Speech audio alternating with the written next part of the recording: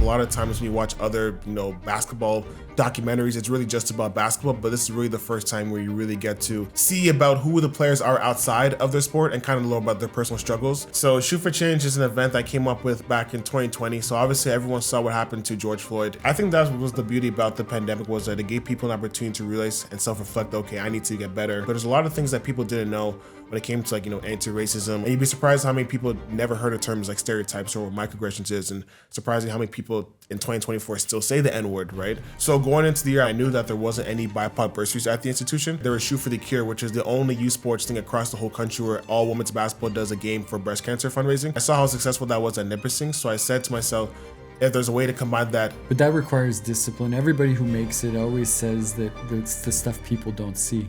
Yeah, discipline. And that's the thing about being a student athlete that I think a lot, if you look at a lot of workplaces now, they like to hire student athletes because they know that it comes with discipline, because obviously when you get to the space, you have to have discipline, right? The Richard Fortin Presents podcast. Hey, welcome to Richard Fortin Presents. The next episode is featuring a super special guest in my eyes today. His name is Taijon Graham. He's a student at Nipissing University, and he's really involved with all sorts of stuff. We're going to get into the details. He's studying business too, so we're going to get into that. And without any further ado, here he is. Taijon, welcome. Well, thanks for having me. Thanks for being here. And I think we should start right with a little bit about what we're doing together with RFP Media and the project, The Road to Convocation, because that's how we're really getting to know each other. Right. Tell me about that. What is The Road to Convocation and your idea with this vlog series that you're doing? So The Road to Convocation is this docu-series that I came up with. So it was an idea that I started with back in the summertime. So I wanted to do a vlog for my senior year, something fun to do because it's my last year at Nipissing. And then there's a class that you have to do called ILE, where you basically have to do a placement. So then I was looking for opportunities to come about, and obviously we met through other extracurricular activities. Then we discussed the opportunity to do a placement here. I told you about the idea that I want to do. And because obviously RFP Media is obviously a well-known production company in North Bay, I thought it'd be a good opportunity to collab. And then the school approved the project. So basically it's looking towards documenting the 23-24 season of the men's basketball team and also my senior year. But the cool thing about it is that there's different storylines. So it's not just about basketball, because a lot of times when you watch other, basketball documentaries, it's really just about basketball. But this is really the first time where you really get to see about who the players are outside of their sport and kind of learn about their personal struggles, especially in the space of amateur sports where it really doesn't get documented that much. So it's definitely an opportunity where people are really going to see kind of who we are as players, learn about our team behind the scenes, especially for those who might look to join the program. So it's really a cool opportunity to kind of see the behind the scenes of what it's really like to be an OUA student athlete. That's fantastic. And you're in your fifth year. Correct. You're one of the captains for the Nipissing basketball team? Sadly, I'm not a captain. I'm one of the leaders, obviously, but I sadly do not have the C on my chest. I'm just saying, at the last game you were representing. Oh, because it was the initiatives you started. It was a Shoot for Change game, yeah. Yeah, Shoot for Change. Yeah. So that's talking about the struggle again. So why don't we get right into that? What is Shoot for Change? So Shoot for Change is an event I came up with back in 2020. So obviously everyone saw what happened to George Floyd, and it was an opportunity for me to kind of get involved. I wanted to do something that would be tangible. So I just co-founded New Base with a couple of my then teammates and our basketball our manager of basketball operations. So going into the year, I wanted to find something that I can do that can be tangible. And I knew that there wasn't any BIPOC bursaries at the institution. And my first year, there was Shoot for the Cure, which is the only youth sports thing across the whole country where all women's basketball does a game for breast cancer fundraising. And I saw how successful that was at Nipissing. So I said to myself, if there's a way to combine that, and obviously too, the NBA did a lot of stuff in the bubble with obviously the t-shirts and the jerseys and all the Black Lives Matter promotion. So I said, if there's a way to combine Shoot for the Cure and anti-racism promotion, I might have something. And that's how Shoot for Change came about. So it turned into this big event where it just really was fundraising. We have jerseys, t-shirts. It got the community involved, and it started the first bursary, and we were able to raise enough money to start it back in September of 2022, and it's now called the Warren Lindsay Bursary. That's excellent. So you took that challenge, and how were you feeling around that time? Speaking of challenges, how were you feeling around that time? I mean, you're from Scarborough, which is a slightly different environment than North Bay. Very. Tell me about your experience coming up. We're in a snowstorm right now outside that people can't see, and we were all a little grumpy this morning getting into the studio. Yep. It's cold. It's snowing. You got to clean the car off. Yep. You're a little further up north than you're used to being. What's your experience been like, honestly, to be in North Bay as a visible minority and in your situation? Well, mine personally has been good. Like I've have nothing but good things to say about my personal experience. I think I've met a lot of nice people here over my last 5 years. I know for other people, there's been other situations that's kind of what's gotten me involved, just hearing those stories. But I can honestly say for me personally, like, it's been good to kind of meet people. I think the opportunity presented itself for me to get involved. So I think that's kind of helped and improved my experience or avoiding those situations because I've been able to really go full force and kind of educating people and creating initiatives that really gives people the opportunity to learn and get better. I think that was the beauty about the pandemic was that it gave people an opportunity to realize and self-reflect, okay, I need to get better. I need to do a better job of understanding people, educating myself. Because there's a lot of things that people didn't know when it came to like, anti-racism or stereotypes or microaggressions, even with the high schools. Like we do our mentorship program. And you'd be surprised how many people never heard of terms like stereotypes or what microaggressions is, and surprising how many people in 2024 still say the N-word, right? So it was definitely an opportunity for me to kind of do something. And I think because of that, it's kind of made my experience well because I've been able to meet a lot of great people who've been open to that experience, and I've been appreciative of that and looking forward to hopefully seeing where that continues.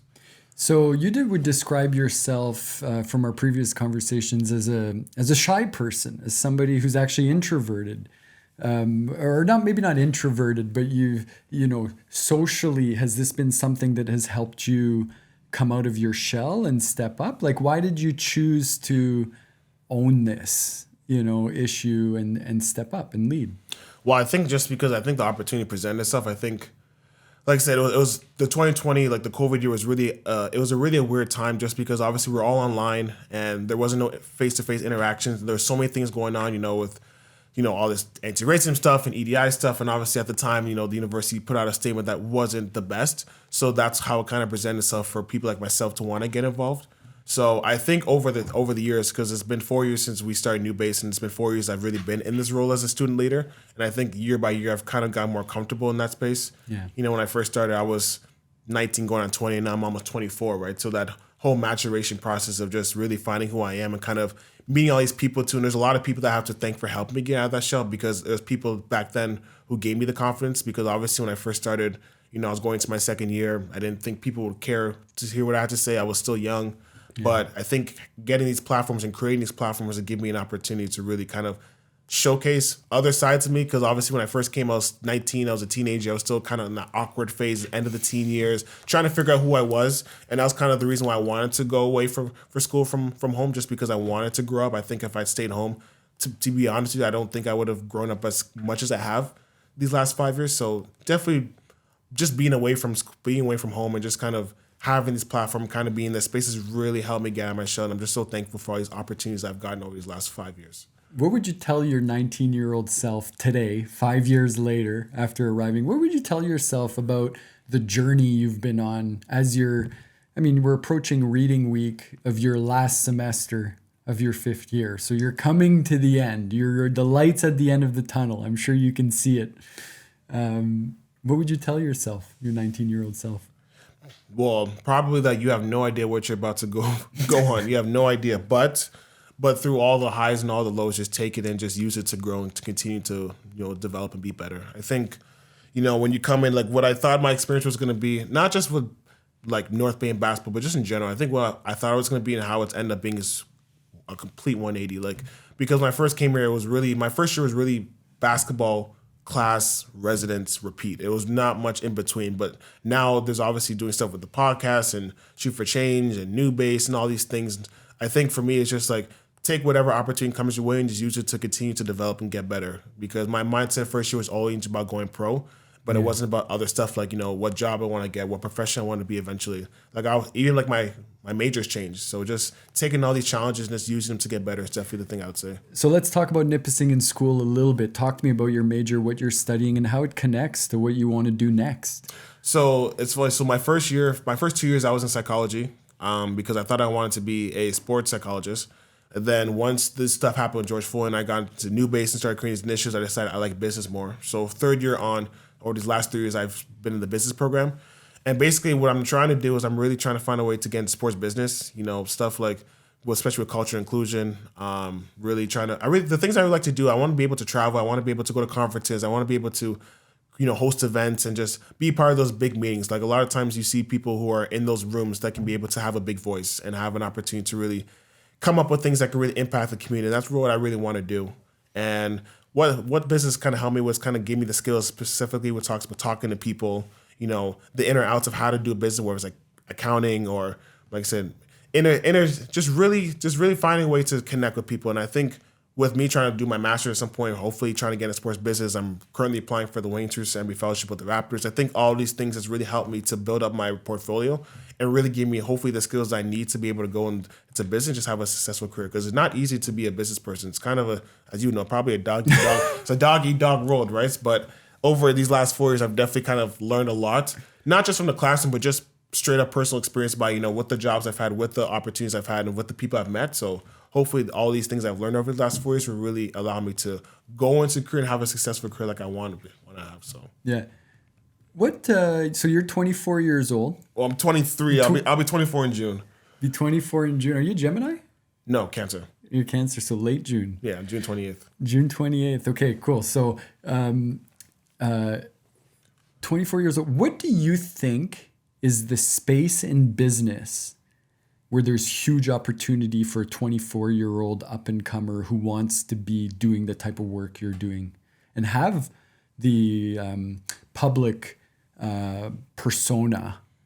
Because you're obviously very public. You do a lot of interviews, you do a lot of photo shoots, you do a lot of speaking on behalf of the school. I mean, I've seen you in all sorts of situations, and it's amazing how out there you are with what you're doing. What do you see as the biggest opportunity in business for a guy your age? You know what's crazy? I don't know, because I think business is such a broad subject, but there's so many different layers to it. But what I will say is the power of the internet is at an all-time high. You have so many people now becoming their own brand, and you have a lot of people now using social media to kind of create their own brand and become their own boss. A lot of times, I feel like, as I say, Gen Z, or how they said, people don't want to work for other people. They don't want to wake up 7 o'clock in the morning and have to go appease someone else. So now people can now make money in their sleep by just content creation or partnerships and things like that. So I think now with how the social media is now, a lot of people are now creating their own brand and kind of creating their own thing. And I think that's pretty cool too, because it allows people to take the power back. A lot of times people feel like when you work for someone else, you kind of giving up power because you have to listen to what other people have to say. Yeah. When you're your own brand, specifically when you're content creation, for example, I know a couple of people who are in that space, you get to say whatever you want, edit it however you want to see, and then put it out whenever you want. You don't have to listen to someone else. Right. So I think that's kind of a cool opportunity where people can do that. It's interesting because Kanye West just came out with Vultures last week. This week? Within the last week or two. Last week. It's number one. He's the first independent artist to ever hit number one because he's not signed to a label apparently anymore. Yeah. So that's a phenomenon. Yeah. That's never been done. That's unheard of in the music industry. So that's kind of supporting what you're saying, right? Which is kind of interesting. Yeah, because you see a lot of artists now have their own brand. So they have like their label. Sure. And they have people like Kanye had his label, Drake has his label. Yeah. I think DJ Khaled, Rick Ross with Maybach Music. So you have all these people who once upon a time, even Lil Wayne's the best example, right? Lil Wayne was signed with Cash Money Records. Then through that started Young Money Entertainment. And that's how we got the likes of Drake and Nicki Minaj and Tyga and all these artists, right? So Lil Wayne was able to do his own thing. So you're seeing a lot of these artists create their own content, their own brand, and then be able to profit off that and also help other people do the same. So it's a really cool thing. That's cool. We met because you wanted to record some music. Is that something that you want to pursue? I don't think pursue. I think it's something I'd like to do.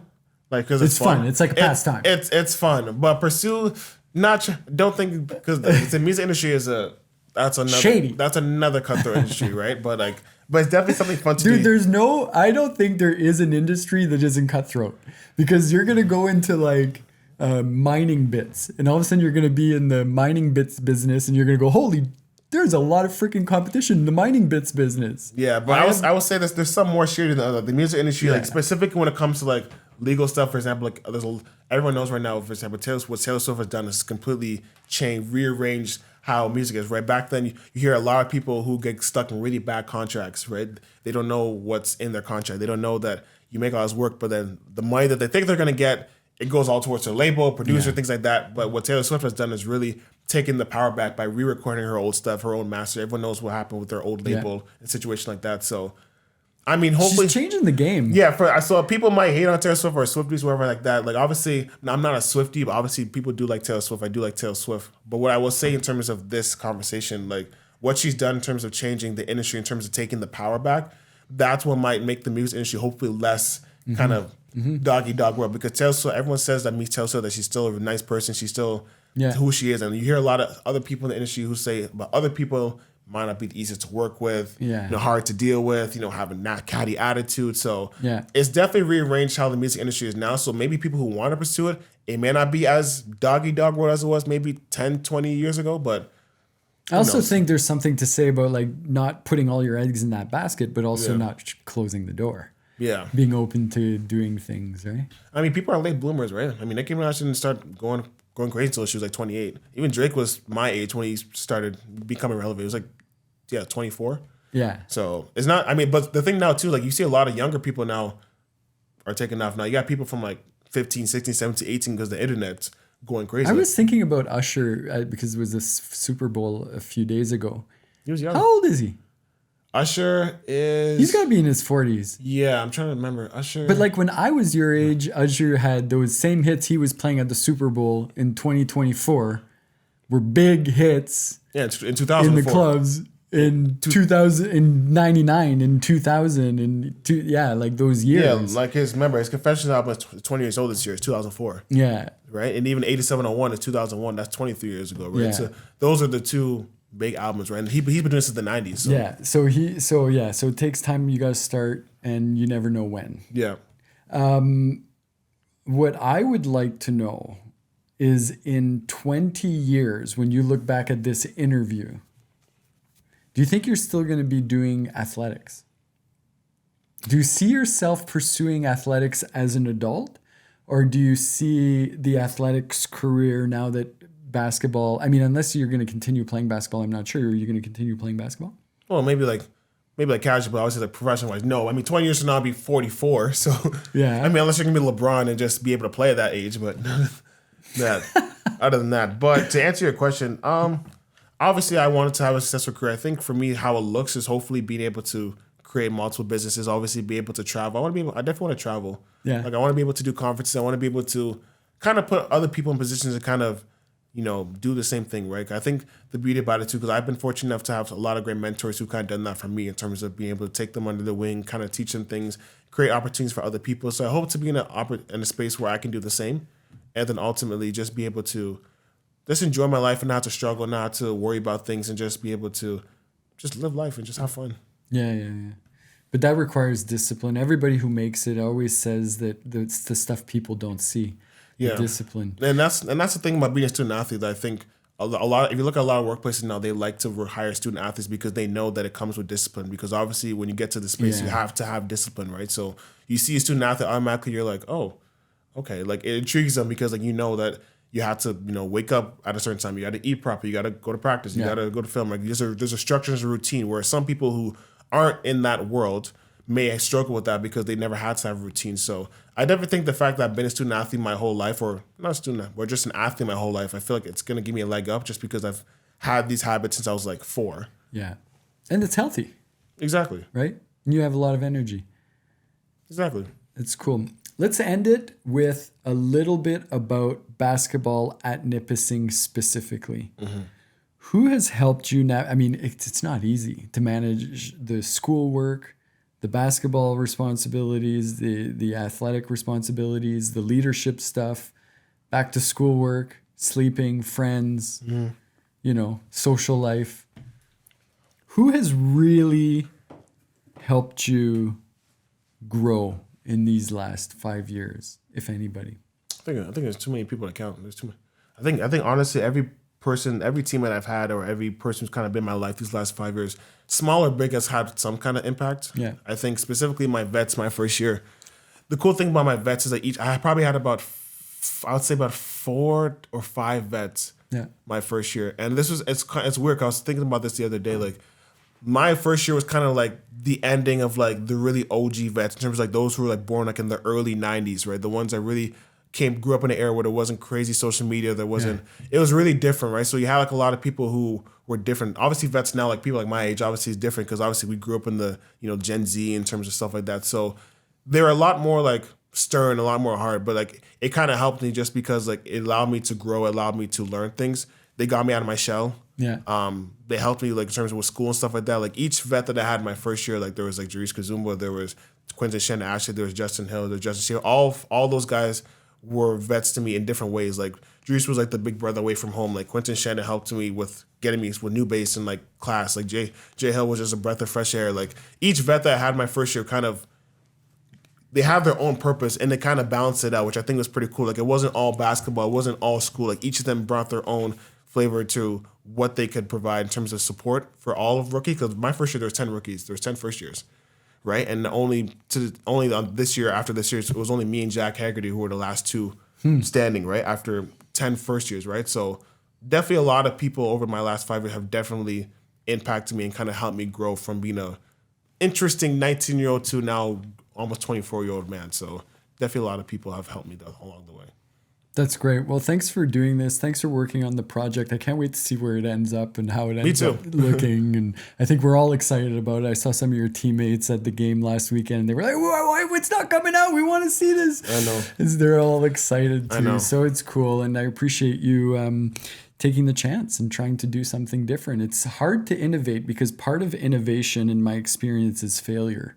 Mm-hmm. And that requires a lot of humility, and it requires people to be okay with not being good at what they're doing and trying and negotiating and figuring things out. And life, by the way, never happens the way we plan, right? So what your story from year 1 to year 5 is, I could say from my first year to my 5th year, because that's basically we're on the same sort of track in terms of timeline there. Right. Definitely has not ended up being like I was imagining. For the better and in other ways, there's things I can do probably to improve to get to where I want to get. Right. So it's a parallel. The learning never stops. Right. Adam, you've been out of school a few years now. Does the learning stop? Do you ever walk into work and think, I know everything Richard's going to throw at me today? No. Do you ever walk into work and think, I know nothing of what Richard's going to throw? One of the challenges of working together, right? But thank you, Adam, for making this show happen. Thank you, Taijon, for coming in and sharing a little bit of your story with the audience and your wisdom. And how do we find you? How do we, if somebody's interested in working with you or learning more about you, how do we track you down? Well, obviously, it's social. So there's my personal one's _@ Taijon Graham 12. New bases at _new base. And then I also have my own make my own mixtapes or videos. So if you want to do that, it's at TG Mix Productions. So those are basically the main 3 accounts. All right, Adam, if you could tag those in the video, that'd be great. Is there anything else you wanted to say before we end it off? I mean, I'm at the end, right? So I think as the famous, rest in peace, as Kobe Bryant once said, rest at the end, never in the middle. So that's basically. So you're still in the full hustle mode. I'm not done yet. Specifically with basketball, once 0.0 hits, then I'm done. Like Kobe said, rest at the end, never in the middle. Beautiful. With a great memory of Kobe Bryant. I follow all his stuff, and man, that guy was full of wisdom, eh? Yeah. Crazy. Beautiful. Well, I hope you guys enjoyed it. Adam, thank you. Taijon, thank you again. Ciao for now. We'll catch you soon.